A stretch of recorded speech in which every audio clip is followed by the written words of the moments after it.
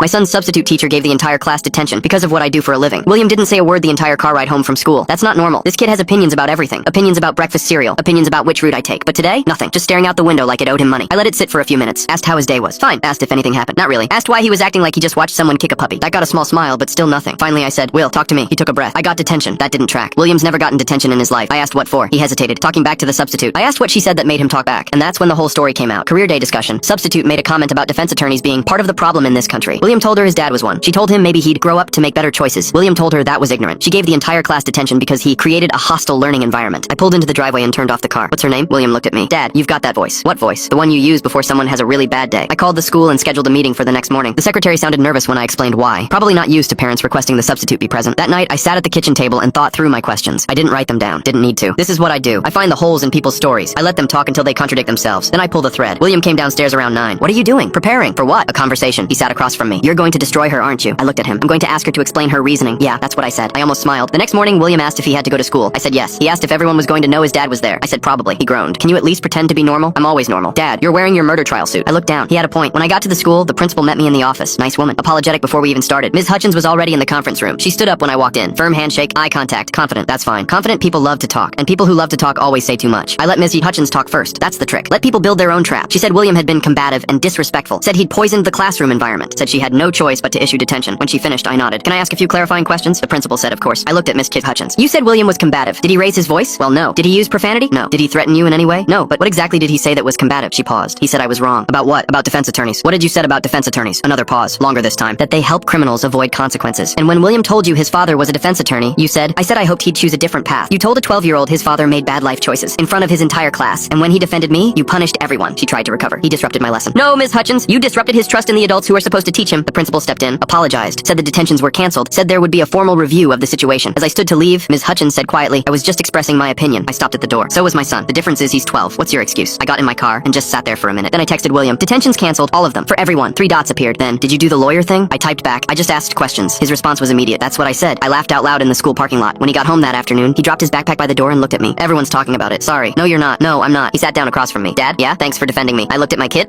The one who stood up in front of his whole class and told a teacher she was wrong because she insulted his father. You defended me first.